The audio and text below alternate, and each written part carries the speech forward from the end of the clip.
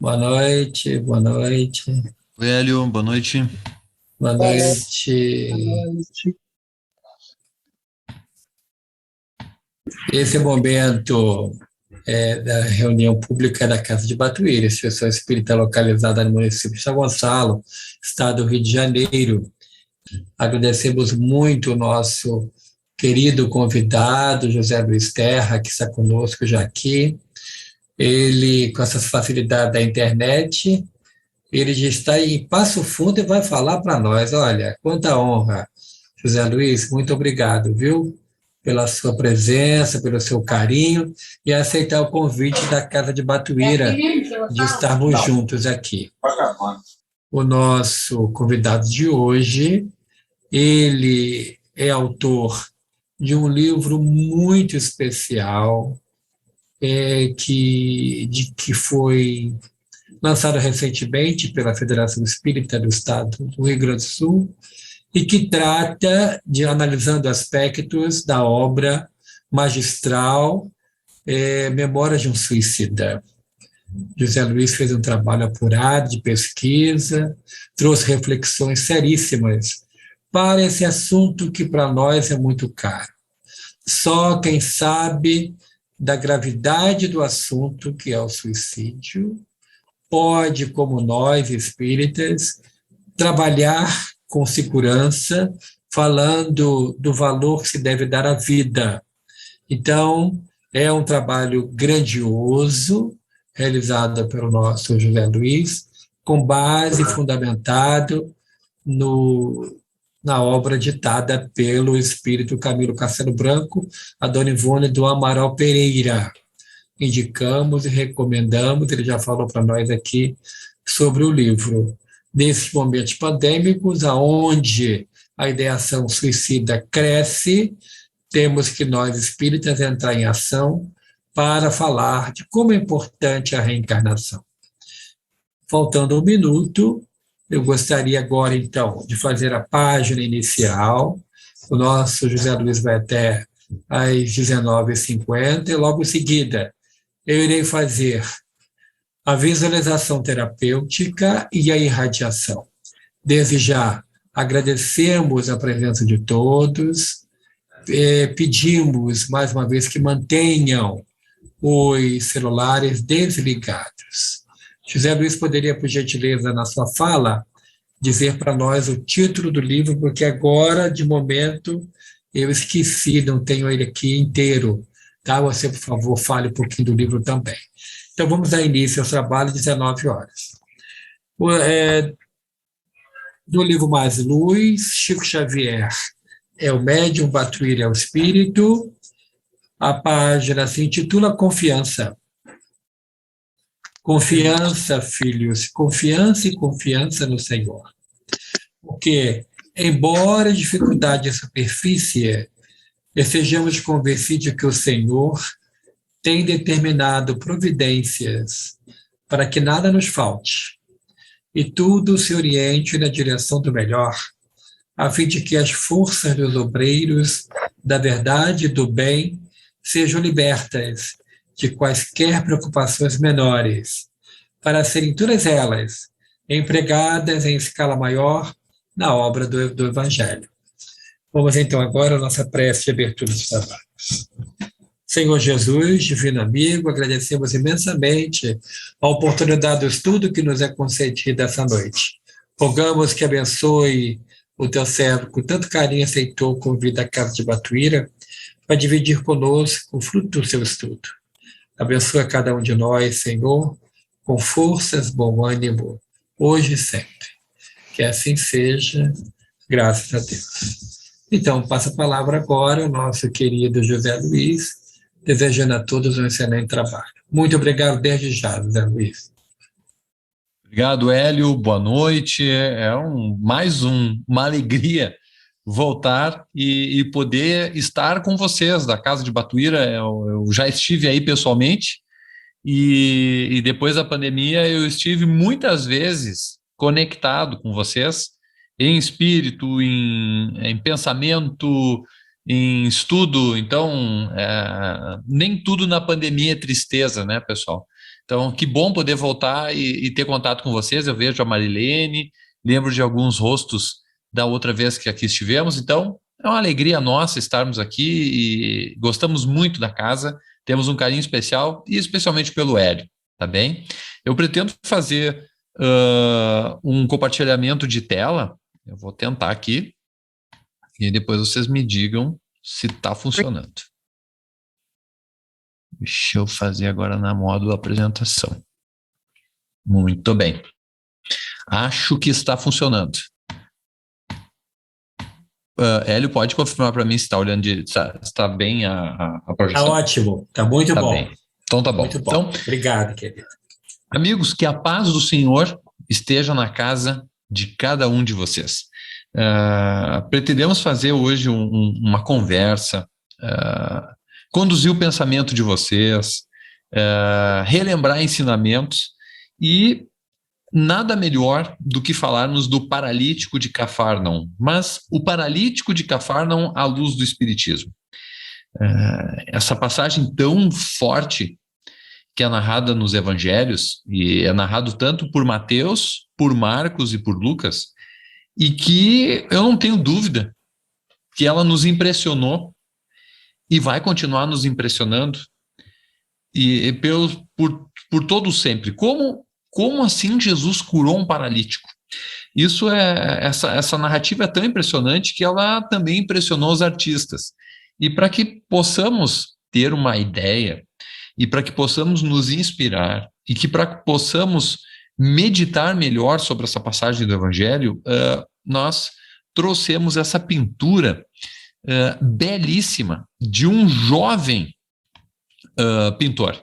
O pintor é J. Kirk Richards, ou J. Kirk Richards. Ele é um norte-americano. Ele tem 45 anos de idade, ele está encarnado, então, entre nós, ele não é dos grandes pintores do passado. Ele vive no estado de Utah, nos Estados Unidos. E essa obra dele é de uma beleza profunda. Ele conseguiu retratar da melhor forma possível essa passagem do Evangelho. E não se preocupem, nós vamos voltar a falar dessa pintura, nós vamos relembrar essa pintura mais para frente. Então, que essa pintura feita por esse jovem artista, que ela possa nos inspirar, que esse Jesus que está no centro, sentado, porque essa era a postura dos grandes mestres quando ensinavam, ele se sentava, ele se rebaixava a nossa altura, e que ele possa nos inspirar e nos trazer consolo e nos trazer paciência. Vamos lá, então. Vamos fazer uma análise reflexiva, então, vamos refletir sobre o paralítico de Cafarnaum à luz do Espiritismo. Primeiro, nós temos que relembrar essa passagem, que é narrada em Marcos, capítulo 2, versículos 1 a 12. Então, está no Evangelho de Marcos. Depois de relembrarmos o Evangelho de Marcos, nós vamos começar, então, pensando qual é o sentido dessas palavras que estão em Marcos à luz do Espiritismo. O que o Espiritismo nos explica? O que o Espiritismo nos ressalta? O que o Espiritismo nos traz que nos permite compreender ainda mais essa passagem que, com certeza, amigos, nós estamos há 2000 anos ouvindo isso e sempre ficamos chocados quando escutamos essa passagem do paralítico de Cafarnaum. E, por fim, num terceiro momento, o que isso tudo muda na minha vida? Reflexão é repensar. Repensar os nossos atos, repensar a nossa vida, repensar as nossas ideias. Reflexão é procurar viver melhor, procurar evoluir. Então, com esses ensinamentos, o que isso tudo muda a minha vida? Nós não podemos continuar os mesmos quando terminarmos esse bate-papo às 20 horas. Não é possível. Nós precisamos terminar essa palestra diferentes. Nós precisamos terminar essa palestra melhores, ou com o propósito de nos melhorarmos. Nós consultamos as seguintes obras: Pão Nosso, pelo Espírito Emmanuel, psicografia do nosso Chico Xavier; Momentos de Coragem, pelo Espírito Joana de Ângeles, psicografia do querido Divaldo Pereira Franco; e o Novo Testamento, tradução de Haroldo Dutra Dias, tradução essa que veio direto do grego para o português. E ele sempre muito honesto na tradução, explicando nas notas de rodapé por que escolheu determinada palavra em português. Marcos 2, versículos 1 a 12. Quando nós vamos falar do paralítico de Cafarnaum, nós precisamos lembrar um pouquinho o que tem no capítulo 1. Mas por que, José?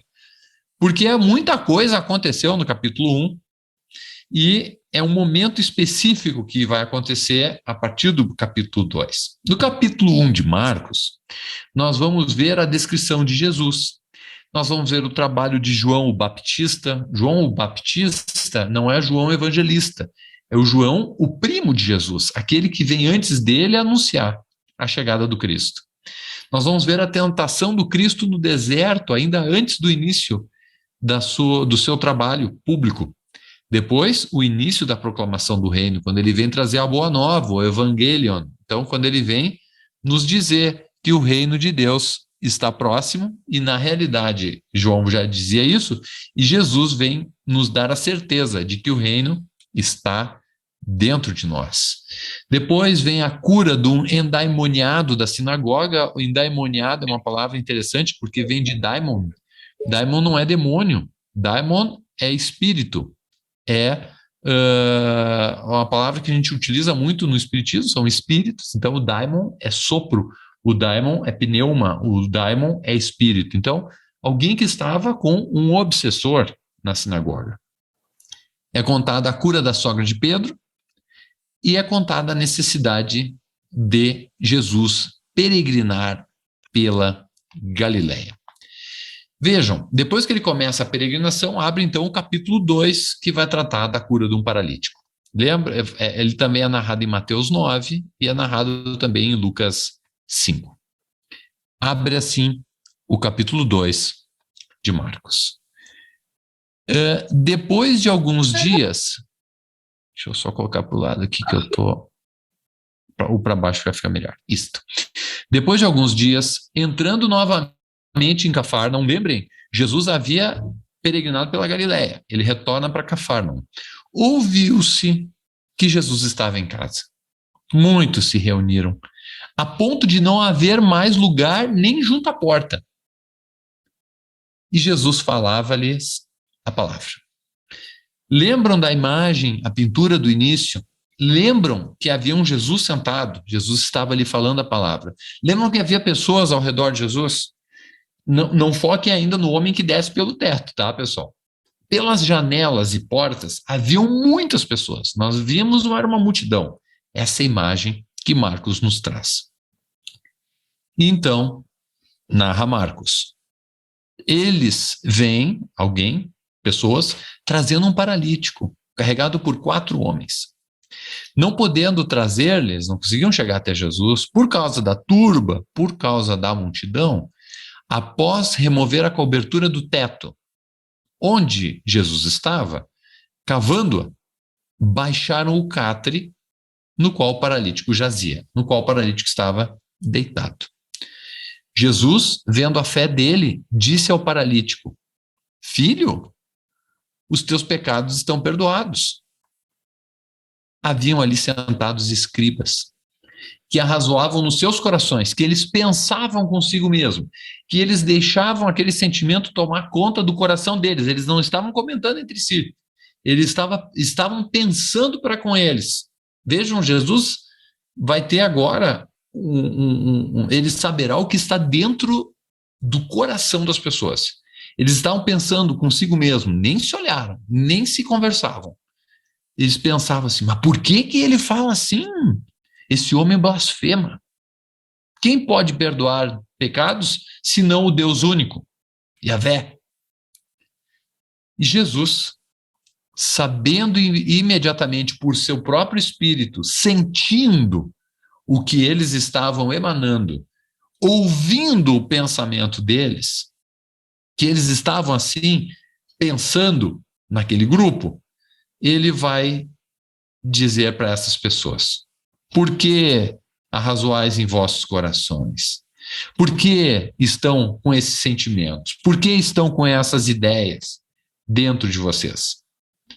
Então, ele então já diz, eu sei o que vocês estão pensando. Eu sei o que vocês estão sentindo. E Jesus então faz uma outra pergunta para eles. O que é mais fácil? Dizer ao paralítico, estão perdoados os teus pecados? Ou dizer, levanta-te, toma o teu catre e anda? O que é mais fácil? Ora, para que saibais que o Filho do Homem tem poder sobre a terra de perdoar pecados, ele diz ao paralítico, eu te digo, ergue-te, toma o teu catre e vai para tua casa. Levantou-se imediatamente o homem paralítico, tomou o catre e saiu diante de todos, da sorte que todos estavam extasiados. O povo praticamente enlouqueceu com aquilo. Era um homem paralítico. Como é que pode esse homem levantar e sair caminhando? E todos davam glória a Deus, dizendo, algo assim nunca vimos. Algo assim nunca vimos. O que será que era esse algo assim que eles nunca haviam visto? Será que eles estavam falando de um homem paralítico levantar-se?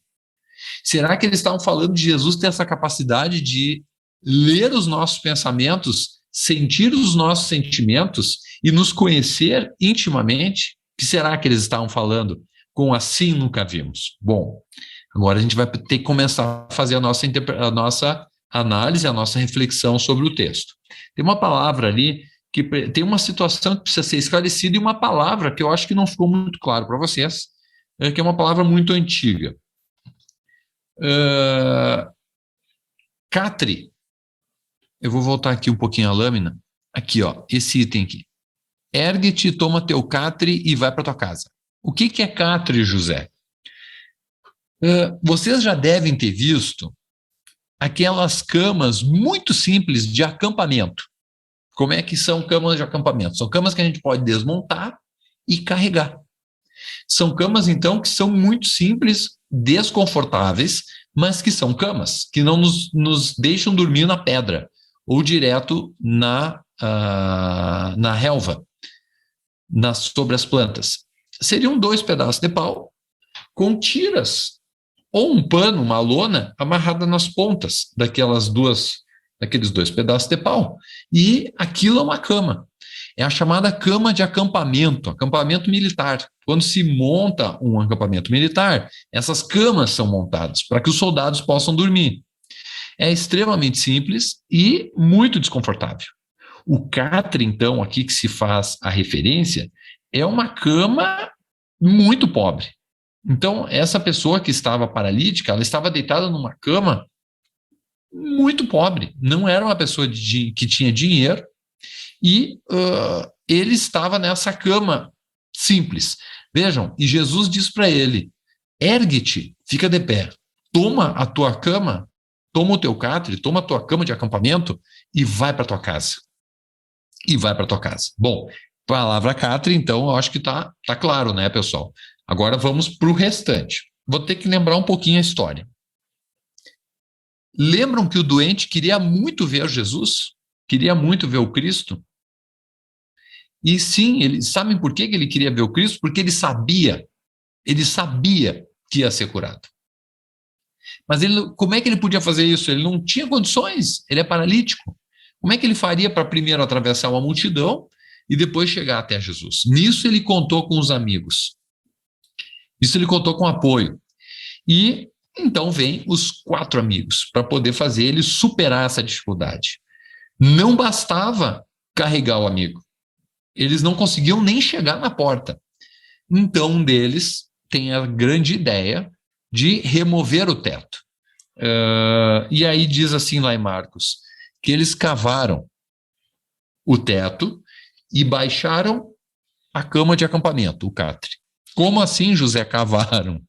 Pois é, o Haroldo colocou essa nota de rodapé lá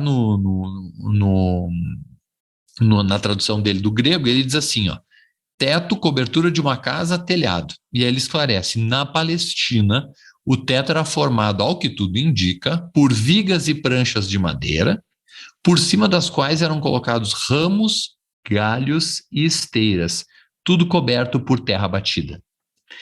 Por que coberto por terra batida? Lembrem-se, é uma região de deserto. Lá é muito quente, muito quente. Então a terra faz um isolamento térmico. A casa fica com uma temperatura agradável na parte de baixo e a parte de cima do telhado aquece, mas aquece apenas a cobertura. Então, por isso que eles cavaram para poder baixar a cama.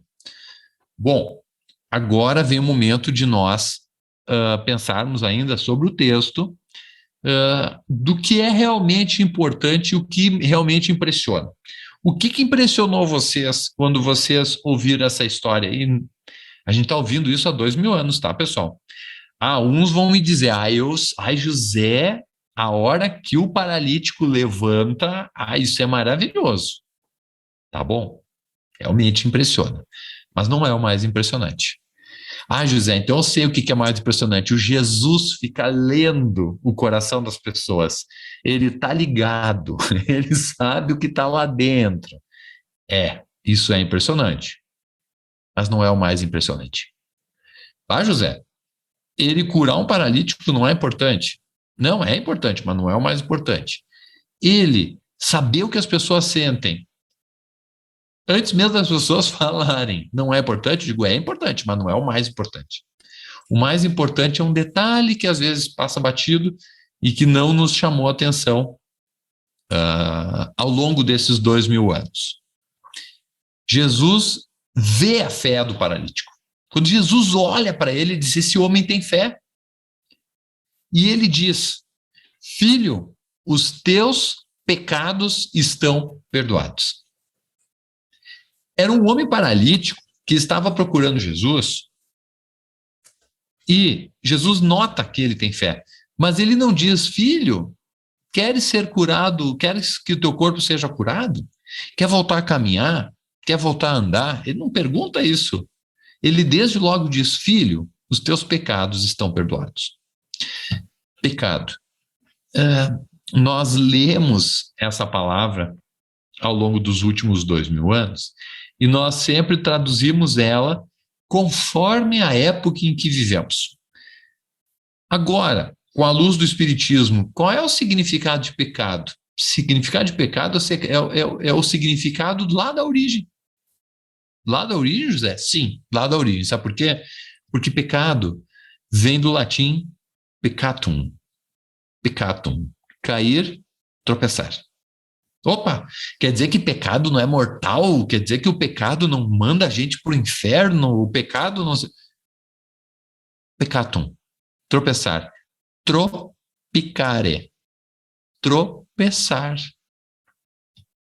Eu não sei quanto a vocês, mas eu não nasci sabendo caminhar. Eu aprendi a caminhar. E eu não sei quanto a vocês, mas eu caí não foram poucas vezes. Perguntinha básica. Depois que a gente caiu, aprendendo a caminhar, a gente ficou deitado no chão para sempre? Ou se levantou? Se levantou. E a sujeira, a poeira que a gente juntou por ter caído no chão, o que a gente teve que fazer? Bater a poeira e seguir em frente. Levantar, apesar das dores, apesar dos machucados, apesar da sujeira. Bate a sujeira, limpa os ferimentos e segue. Mas o José só caiu uma vez. O José é espírito iluminado. Eu caí foram muitas vezes. Não foram poucas. E toda vez que eu tropeçava, tinha alguém me aparando e me dizia, levanta, filho, vai. É assim para nosso corpo, enquanto crianças, é assim para nosso espírito, enquanto crianças e jovens espiritualmente falando. Levanta, filho, bate a poeira e segue. Ora, Jesus não curou a paralisia. Aqui chega o grande momento narrado que tem que nos deixar chocados.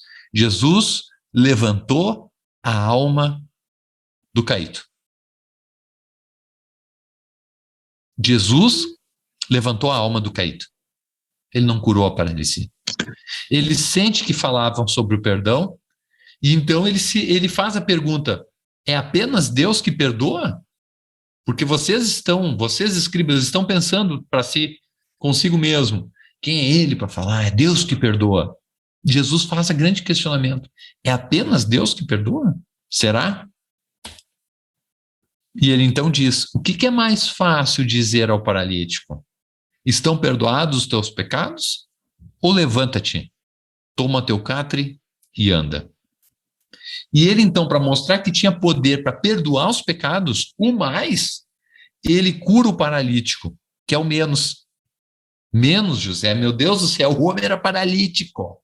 Ele não podia andar. Amigos, eu não sei se vocês têm, se são pessoas com deficiência ou têm conhecidos com deficiência.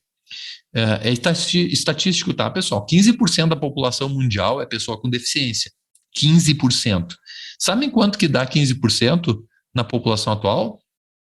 1 bilhão de pessoas. 1 bilhão de pessoas. Imaginem há 2.000 anos atrás ser uma pessoa com deficiência. O que já é difícil hoje, trabalhoso, que nos traz dor e sofrimento, é inimaginável há 2.000 anos atrás. Como assim, José? Ele fez o mais, que é perdoar os pecados, do que curar o paralítico, que era o de menos. Bom, aí nós vamos ter que interpretar ainda mais para poder entender essa minha afirmação. Mas vocês vão concordar comigo. O perdão dos equívocos e quedas, que são nossas doenças da alma, ele provou que ele consegue perdoar através da cura do paralítico, que era a cura do corpo físico dele. Ele mostrou seu poder sobre que a gente vê o corpo paralítico, para termos certeza sobre o que não vemos, que é a cura da alma. Volto e pergunto, o que é mais poderoso? Curar o corpo ou curar a alma? Eu tenho uma doença, eu tenho uma dificuldade, eu tenho uma limitação no meu corpo. E eu tenho uma dor, eu tenho uma chaga, eu tenho uma doença na minha alma. O que é mais poderoso? Curar o corpo ou curar a alma? Amigos espíritas, nós sabemos que nós temos alma imortal. Nós sabemos que o corpo perece, mas a alma permanece. Nós sabemos que o que levamos nessa vida são os atos bondosos, amorosos, ou os atos odientos, criminosos e maldosos. O que levaremos para o mundo espiritual?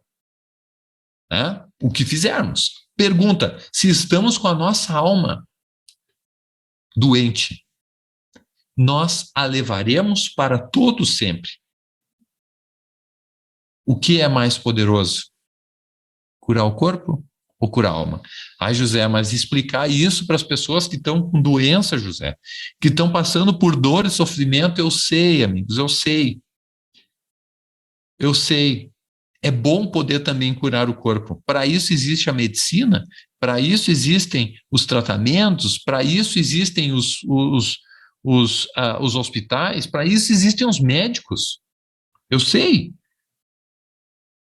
Mas será que curar a alma não é mais poderoso do que curar o corpo? Eu não estou dizendo que é ruim, ou que não é bom, ou que não se deve curar o corpo. Sim, se deve curar o corpo. Mas o que é mais poderoso? Se não curar a alma. Agora vem o momento da gente poder aprofundar mais, porque agora nós vamos falar de espiritismo. Emmanuel, no livro Pão Nosso, capítulo 44 do Pão Nosso, chamado Curas, ele vem e nos diz o seguinte, Emmanuel através de Chico Xavier. Não nos interessa apenas a regeneração do veículo em que nos expressamos, mas, acima de tudo, o corretivo espiritual. Não nos interessa apenas o conserto do nosso corpo, tornar-se novo, tornar-se saudável o nosso corpo, apenas. Ele não está dizendo que não é importante. Ele está dizendo, por que apenas queremos a regeneração do veículo, do corpo? Mas nós temos que querer, e isso acima de tudo deve nos interessar, o corretivo do espírito, a correção do espírito, o melhoramento do espírito, o desenvolvimento das virtudes. Diz Emmanuel que o homem comum se liberte da enfermidade. Que bom, te livra da doença. Mas é imprescindível, não tem como pôr de lado, que nós entendamos o valor da saúde. Pessoal, vou até parar um pouquinho aqui. Vocês sabem por que tem dia e noite no planeta Terra? Porque há planetas que não tem dia nem noite, tá, pessoal? Há tantos planetas no universo, tem planeta que não tem dia e não tem noite. Sabe por que na Terra tem dia e tem noite? Sabe por que na Terra tem estação de calor, estação de frio? Sabe por quê? Porque nós precisamos aprender a valorizar um perdendo, ou vendo o contrário. Nós temos momentos de luz e de escuridão porque a gente precisa valorizar a luz com os momentos de escuridão. Nós precisamos valorizar a saúde porque muitas vezes, porque somos atrasados e ignorantes, nós só valorizamos a saúde quando a gente a perde. O que eu estou querendo dizer com isso, José? Pessoal, de nada adianta ficarmos fumando e depois perdermos a nossa saúde e aí nos desesperarmos e ficarmos pedindo para o Dr. Bezerra nos curar, para que a espiritualidade amiga resolva aquele problema no pulmão, se a gente fumou a vida inteira. Mas, enquanto estávamos com saúde, não agimos no bem. E aí, quando a nossa saúde está abalada, a gente não tem mais condições de trabalhar, nem conseguiremos trabalhar, nesse momento, a gente lembra da saúde e diz, ai meu Deus, a saúde que eu tinha eu não valorizava. Continua Emmanuel.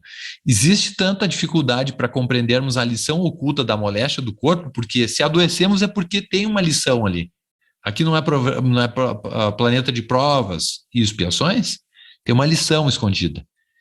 Quantas se verifica em assimilarmos o apelo ao trabalho santificante que nos é endereçado pelo equilíbrio orgânico. Corpo equilibrado, corpo são, é corpo pronto para o trabalho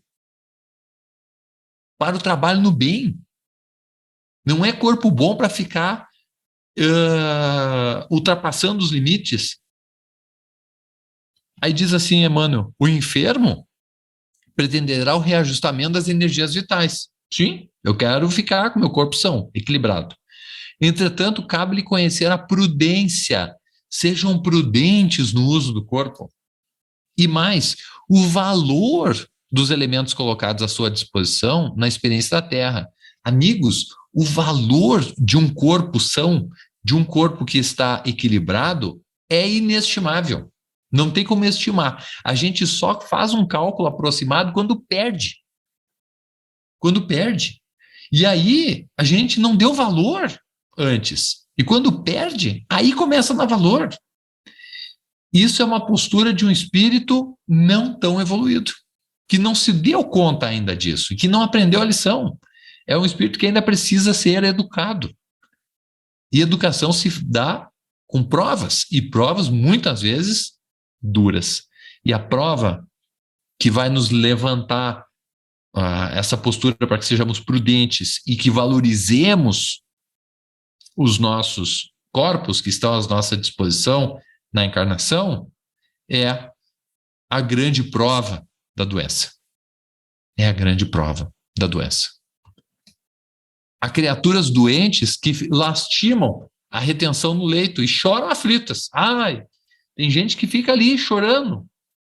Ai, meu Deus, estou aqui nesse leito. Aí por quê? Não porque queriam renovar as concepções acerca dos sagrados fundamentos da vida. Não porque elas queriam, eu estou aqui deitado, eu estou doente, eu estou mal, eu queria poder rever minhas concepções das coisas sagradas. Não. Sabe por que a pessoa está lá desesperada na cama? Porque elas se sentem impossibilitadas, elas não conseguem prolongar os desatinos. Eu não consigo me levantar para ir lá satisfazer os meus sentidos, para poder ter noites de sexo desenfreado, noites de alimentação sem limite, compreendem? Choro e desatino, choro porque não consegue prolongar os desatinos. Desespero. É sempre útil curar os enfermos. quando haja permissão da ordem superior para isso. É sempre útil curar os enfermos? Sem dúvida, tanto é que existem médicos, hospitais, é para isso. Mas tem que ter ordem superior para isso. E a ordem superior não é só por si te cura, porque não adianta curar e a pessoa continuar nos desatinos. Contudo, em face de semelhante concessão do Altíssimo, é razoável que o interessado na bênção, se nós queremos a bênção de curarmos as nossas enfermidades, que a gente reconsidere, que a gente repense as questões que nos dizem respeito, compreendendo que raiou para o nosso espírito um novo dia no caminho redentor. E raiar um novo dia no caminho redentor nada mais é do que cumprir o dever, trabalhar pelo bem, executar as ordens do Cristo, exercitar a caridade. Enquanto não nos dermos conta disso, não raiou o dia do caminho redentor. Nós ainda estamos no desespero e na tentativa de satisfazer os próprios desatinos. Joana de Ângeles, no livro Momento de Coragem, no capítulo Paciência Dinâmica, também vai tratar da doença. E ela vai tratar da doença de um jeito diferente. Ela vai nos dizer assim, que a paciência, ela reflete o equilíbrio daquele que mantém a sua confiança em Deus e nas leis que regem a vida. Joana está dizendo aqui que é paciente aquele que está equilibrado e que mantém a confiança em Deus. Ele diz, eu confio em Deus e eu confio nas leis que regem a vida. Que leis são essas, José? Eu sei que lei é, José. É a lei da gravidade. Se eu largar uma maçã, ela vai cair. Não, não é a lei da gravidade. Não é a lei da gravidade. Então eu sei qual é a lei. É a lei aquela da Constituição Federal, que está escrito lá que todos são... Não é a lei da Constituição Federal, tá, pessoal? Então é a lei da inércia da física. Não, pessoal, não é a lei da inércia. Que lei é essa, então, José? É a lei de causa e efeito. É a lei de causa e efeito, é a lei que estabelece que há reencarnação, é a lei que estabelece que nós temos infinitas possibilidades para nos melhorarmos, mas que a gente sofre as consequências dos atos equivocados do passado. É a lei que também diz que se nós agirmos certo hoje, no futuro, nós estaremos atrelados a essas consequências. Ora, ela revela as conquistas morais dessas pessoas que são pacientes que ela conquistou, ensejando a ampliação de recursos para o incessante progresso do ser. Pode e deve ser cultivada a paciência mediante a reflexão e a prece, que são admiráveis instrumentos para a harmonia íntima, que propiciadora da arte e da ciência de esperar. É uma arte esperar, é uma ciência esperar, e toda ciência exige estudo, dedicação. Quando se age com discernimento, correção e probidade, não há por que desesperar ou atirar-se ao calabouço da amargura pessoal. Essa frase é forte. Quando a gente age no dia a dia com discernimento, tendo a noção do que é certo e o que é errado e optando pelo certo, com correção, querendo agir de forma correta, e probidade, de forma proba. Proba é o contrário do improbo. O probo é o que age de maneira ética, é o que age de maneira limpa, é o que não rouba, é o que não mata, é o que não machuca. Probo é a pessoa da conduta reta. Quem age dessa forma não se desespera. Diferente daqueles que agem sem discernimento, agem sem correção e de forma improba. Esses se desesperam e não conseguem ser pessoas pacientes. E se jogam no calabouço da amargura. Mas quem é que se colocou nessa posição? Não fomos nós mesmos? Compreendem aqui o que a Joana está nos trazendo? A consciência tranquila, o agir corretamente hoje, vai nos gerar uma consciência tranquila amanhã, tá? Então, essa consciência tranquila nos dá a contribuição exata para que se instale a paciência. Pois que sabe da justeza dos acontecimentos. É tudo justo o que está acontecendo com a gente. Agimos de forma equivocada e agora sofremos as consequências. Está justo. Agirmos de forma correta e agora a gente está colhendo os frutos, é justo, também da sua oportunidade, submetendo-nos às suas injunções decorrentes como episódios que antecedem a etapa final. Tudo que está acontecendo são episódios como uma novela, que é o equivalente a uma novela. Não tem os episódios da novela? E lá no fim vai ter o final da novela, mas para chegar no final da novela, nós precisamos passar pelos episódios, as situações. E tudo, sempre, todo episódio antecede a cena final da novela. Todo episódio antecede a cena final da nossa evolução. Diz Joana, a paciência, por isso mesmo, deixa doce os sentimentos, favorece a saúde física e emocional, ao tempo em que irradia, que emite radiação ao redor com simpatia e afetividade. A pessoa, então, que é paciente, ela tem sentimentos doces, a sua saúde física é favorecida, a sua saúde emocional é favorecida, e também, ao redor dessa pessoa paciente, você sente simpatia, você se sente bem, sem saber explicar muito bem, e a afetividade, você sente afeto por essa pessoa. A pessoa paciente que segue e procura ser proba, que procura ser correta, ela não censura, nem se agasta. Ela não exige, nem impõe justificativas. Ela não perturba, nem angustia. Ela não malsina, ela não fica falando mal, nem fraqueja. A paciência acalma e ajuda. A paciência inspira e ampara. A paciência aguarda e promove. A paciência dignifica e a paciência trabalha. A paciência, então, é reflexo luminoso da fé, sem a qual não se mantém. Você não consegue imaginar uma pessoa que tenha fé se ela não tiver paciência. A fé tem um reflexo, que é a paciência. E ela também não se mantém sem ela. Tanto é que agora aqui a Joana vai nos explicar um pouquinho mais. Complementam-se a paciência e a fé na condição de combustível uma da outra. A fé é combustível da paciência e a paciência é combustível da fé. Elas ficam se alimentando e crescendo, se alimentando e crescendo. Se só tenho a fé sem a paciência, ela não aumenta. Se eu só tenho a paciência e não tenho a fé, ela também não aumenta. Algo errado. As duas precisam se alimentar para aumentar.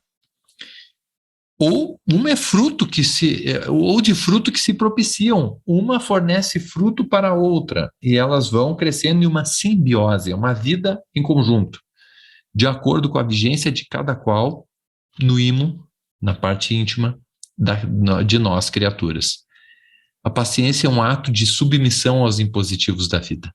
O paciente diz, o que está sendo imposto, eu não tenho o que fazer.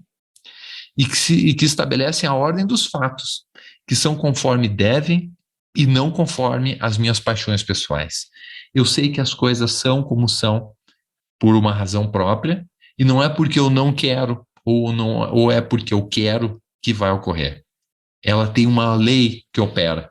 Posso até não compreender bem, mas a minha vontade não é preponderante. Eu queria me livrar disso aqui, José.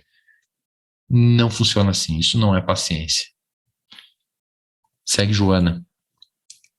Ensina a paciência que há tempo próprio para a experiência, a lição, o sucesso, e que o aparente fracasso de agora será a realização exitosa de amanhã. O paciente sabe isso.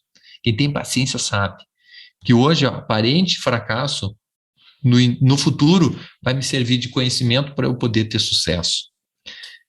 A precipitação, precipitado é aquele que quer logo as coisas, é o adversário mais aguerrido, mais cruel e danoso, que mais gera dano, porque gera no indivíduo, em nós, irritabilidade e azedume, promotores de distúrbios na saúde de quem lhes agasalha os impulsos. Não sejamos precipitados, porque isso vai nos promover, vai nos causar distúrbios na saúde. A formiga e a abelha e todos os insetos constroem suas casas com paciência e ordem. Uma pedrinha depois da outra, uma cera depois da outra, um pedacinho depois do outro. Letra a letra surge o livro. Nota a nota, estua, flui, a sinfonia. Sem pressa, mas com ritmo. A vida se agiganta em todas as suas expressões em a natureza. Querem ver? Se eu pegar um monte de letra, misturar assim dentro de um saquinho e largar em cima de um livro, de páginas em branco, isso vai virar um livro? Ai, José, isso vai virar uma bagunça. Exato, isso não é livro. Por quê? Porque cada letra tem que estar no seu lugar certo e cada letra tem que ser escrita no momento certo, uma após a outra. E coisa interessante, quando se juntam as letras, o significado fica maior do que as letras. Tem um ritmo de fala, ora mais acelerado, ora mais lento. Esse é o que faz surgir o livro. E a sinfonia? Se eu pegar um monte de nota e ficar batendo no piano, assim, pá, pá, pá, pá, pá, qualquer nota, vocês vão me dizer que isso é uma música? Vocês vão me dizer que isso é uma sinfonia? Não é, porque a sinfonia é a nota certa, no tempo certo, no momento certo, antes de uma e depois de outra. Isso é sinfonia, isso é beleza, isso é equilíbrio, isso é matemático, isso é beleza, isso é arte. Não é simplesmente pressionar teclas ou bater cordas. Isso não é sinfonia. Convém que não se confunda a paciência com preguiça, indolência e inércia. Eu sou muito paciente, José. É porque eu deito e fico esperando passar as coisas. Isso é paciência? Será que isso não é preguiça, pessoal? Será que isso não é inércia? Vou ficar aqui paradinho, não vou mexer, até a coisa melhorar. Isso não é paciência. Aí diz, a verdadeira paciência é uma atitude dinâmica, é uma atitude de movimento perante os acontecimentos, não imobilizando o indivíduo, antes mantendo o indivíduo íntegro no dever, vigilante na ação, dedicado no compromisso. A pessoa que é paciente, ela se mantém firme no cumprimento do dever. Ela fica atenta na ação, ela está vendo o que está acontecendo e ela se dedica quando as coisas que ela se comprometeu. Isso sim é uma pessoa paciente. Ficar parado lá, deitado, esperando as coisas passarem, me desculpem, isso não é paciência. Com paciência e trabalho, Thomas Edison registrou mais de 1000 inventos, e ele descobriu 999 formas de não fazer uma lâmpada, mas a milésima, ele conseguiu. Então vejam, esse homem que para fazer um invento, ele precisou fazer 999 vezes, ele criou outros 1000 inventos, com paciência e com trabalho. Mediante a paciência e o cálculo, Einstein criou a teoria da relatividade, reformulando velhos conceitos em torno do tempo e do espaço. Pacientemente, Sócrates esperou a morte injusta. E Jesus, ensinando-nos a preservá-la, a paciência, em qualquer circunstância, sem se defender, com paciência se entregou à morte, em silêncio, a fim de que todos nós tivéssemos vida, e vida em abundância. A partir do momento em que Jesus morre, em que matam o corpo de Jesus, e ele comprova a vida após a morte, e ele torna certo que existe um mundo espiritual à nossa espera, e que a vida não cessa, e que sim, nós reencarnaremos quantas vezes forem necessários, mas que a vida não cessa. Essa notícia poderosa toma conta dos sentimentos daqueles apóstolos, e eles começam a pregar a boa nova no planeta. E ela vem até nós. E nesses 2000 anos, nós precisamos nos dar conta que paciência é ativa, que paciência é movimento, e principalmente que é cumprimento de dever, que é agir conforme Jesus espera de nós, que é levantar apesar dos tropeços e das quedas, que é, enfim, exercitar o amor e a caridade. O que isso tudo muda a minha vida, José? Bom, nós já estamos nos encaminhando para o nosso encerramento. Agora é hora de refletir. Ficou muito claro, diante desses textos, especialmente de Marcos 2, mas também o texto Curas de Emmanuel e da Paciência de Joana de Ângeles, que o movimento está em todo o universo. Não há, amigos, no universo nada parado. Nada parado. Não há nada parado no universo. Tudo se move.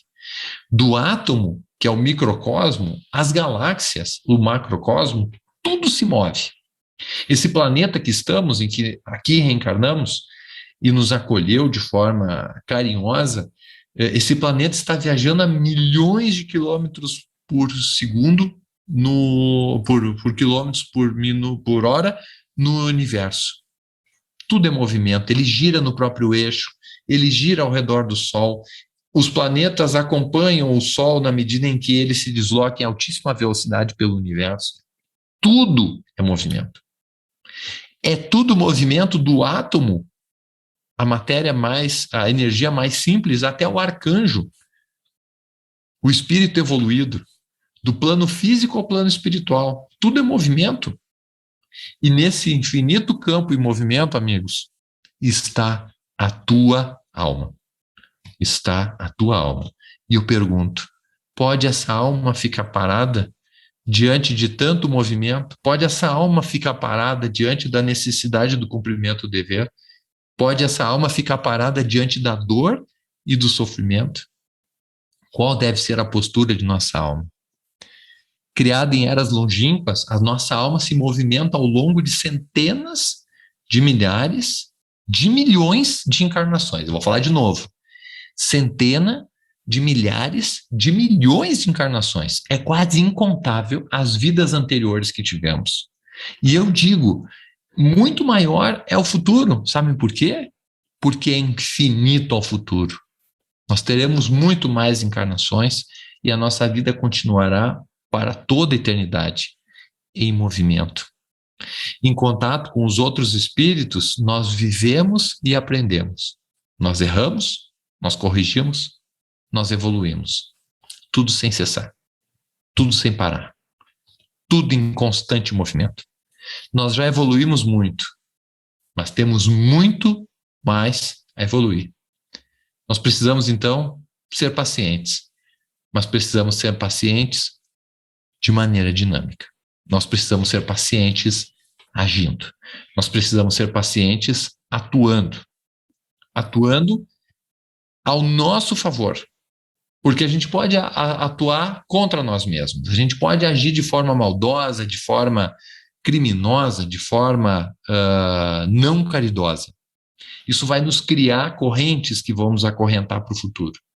Ou nós podemos agir de maneira caridosa, nós podemos agir de maneira amorosa, nós podemos agir de maneira cristã.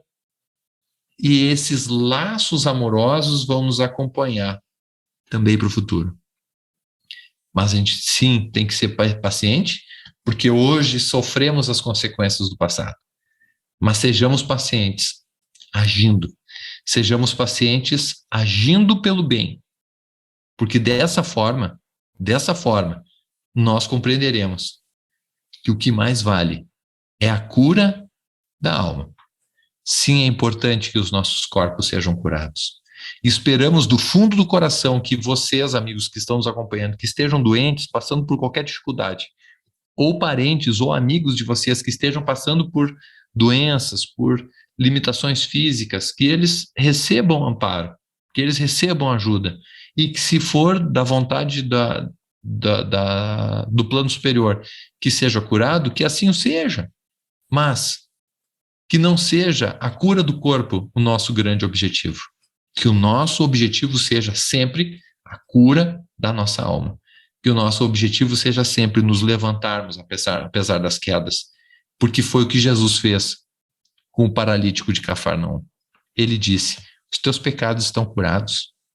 As tuas quedas estão refeitas. As tuas dores da alma estão cessadas. E que não precisemos ter que visualizar a cura do corpo para entendermos que é muito mais poderoso curarmos a nossa alma. Enfim, desejo a vocês muita paz, especialmente nessa época de pandemia. Eu desejo a vocês muita saúde. Eu desejo a vocês tudo de bom e peço a Jesus que a Casa de Batuíra continue cada vez mais auxiliando, porque quem ajuda não tem tempo. Não tem tempo de chorar. Quem ajuda não tem tempo de se lembrar das próprias dores. Então, que a gente continue podendo ajudar, podendo amparar e proteger. Muito obrigado, e eu devolvo agora a palavra ao Hélio, que deve estar nos acompanhando. Eu vou interromper o compartilhamento aqui. Nós agradecemos muito o nosso José Luiz, pelo carinho com o qual nos trouxe os seus ensinamentos da noite. Agradecemos a sua família por ter nos emprestado ele um pouquinho, e convido a ele e a todos para nos acompanhar agora, nesse momento da nossa visualização terapêutica e da irradiação. Vamos então fechar os olhos e imaginar que estamos entrando na Câmara de Passes e somos recebidos pelo querido benfeitor Dr. Bezerra de Menezes. Ele nos recebe abraçando e diz em nossos ouvidos: tudo é possível àquele que crê, tudo passa. Ele nos indica o local a sentarmos, os passistas nos recebem com muito carinho. O querido benfeitor Dr. Bezerra de Menezes faz uma prece à Mãe Santíssima, rogando a ela por todos nós, pedindo forças, saúde, energias, pedindo bom ânimo para a luta.